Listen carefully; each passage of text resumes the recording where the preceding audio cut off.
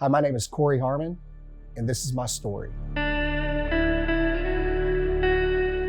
So I was adopted in a time period where abortion was prevalent, so I feel blessed from the very beginning that I was adopted. My adopted mother soon became ill, and from, I believe, the age of 3, I was living with my grandparents, her parents. By the age of 8, I was baptized.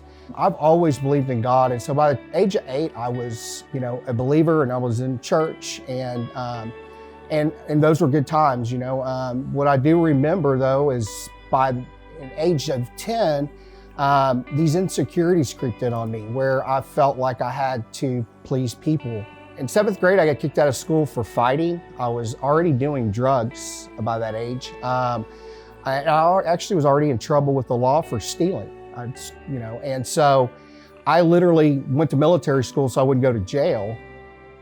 Really, in those years, I did everything from smoking pot to was doing LSD, and doing it on a regular basis. And so I really got turned into really that was my idol worship, was doing drugs or getting in trouble, somehow pleasing people. From the time I graduated high school, went to college, got in a lot of trouble in college, and to a point where I'd been arrested several times.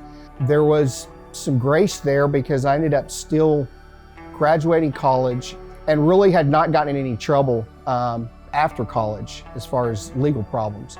I ended up being a hard worker. I was a top producer. I'm good at sales, so I've always been blessed at performance. And again, what is my idol? It's to please people. So from the time I got out of college till I was 37 years old, I literally did meth every day. And through all those times, I always had a job. So that's the thing, is that in some form or fashion, I felt like I was still in control of things. My idol was taking care of me. These drugs are getting me through my job, so I have a job. But by the age I was 35, I remember this very specifically, that I couldn't even look myself in the mirror. It's funny because I really love how good I look, so I did not smoke meth. I ate meth, so I didn't want to lose my teeth. So there's funny things, I took care of myself.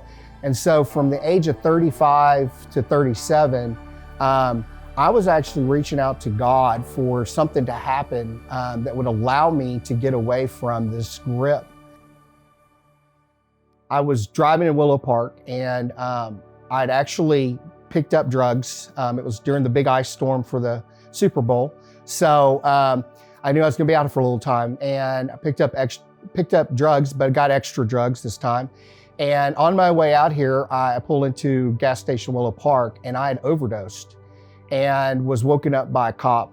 Normally I'd hide my drugs. This time they were sitting out in plain view, and just different parts of this particular situation that immediately when the cop pulled me out of the car, I broke out crying because I actually knew this was gonna be a situation where God was involved. While I'm in jail, I knew I'm not getting out. I lived over in Dallas, so they don't just let you out on personal bonds from there. So I knew I was gonna be in there for a while. And again, I had no communication. I was trying to call my family, but nobody would take my calls, which is great, because I had to sit there and really figure out if I was willing to allow God to make a change in me, because I felt this was a God thing just from the fact of how everything went down. God's really relevant inside that jail. There was a minister there that I started really listening to. I was really trying to understand. I came to a question whether or not I was really saved, because I started hearing about how you get saved. And it was in one of these different sermon classes that they host that he went over the walk of salvation. And as he's going through that, I picked up on the fact that I've never received anything in this transaction. God was yelling at me that I'm trying to give you something, you've never taken it from me.